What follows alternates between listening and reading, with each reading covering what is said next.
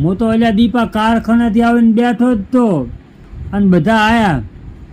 મને કે મલાબા સોંટણી ઢુકડી આવી ડેલિકેટની ફોર્મ ભરવાનું નથી, તમે તો કે બહુ જંગી મતથી જીતશો.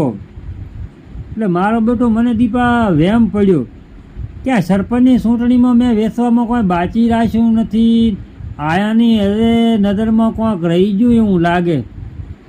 નકા મને કહેવા ના આવે કે મલાબા તમારે ડેલિકેટમાં ઊભું નથી રહેવું.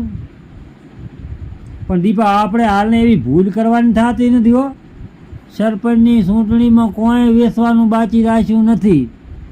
એટલે ચૂંટણીને હું બે હાથ જોડીને કોણ નામું, આપણે એવો ધંધો હવે ગતું કરવો નથી. મને તો સડાવીને માર્યો બરો. મલાબા તમે તો બહુ જંગી મતથી જીતશો, બહુ જંગી મતથી જીતશો. ચૂંટણી પૂરી થઈને વોટિંગ આવ્યું તાર તો કે મલાબાને 30 વોટ કે મળ્યા છે. તાર માજા બધા વોટ ચો. એટલે આવું થાય છે ચૂંટણીમાં. આપણે વેમમાં તો આમ ખૂબ બધા વોટ મારામાં પડશે, પણ તાર પેટીਆਂ ખોલો તાર તો 30 વોટ આવ્યા હોય.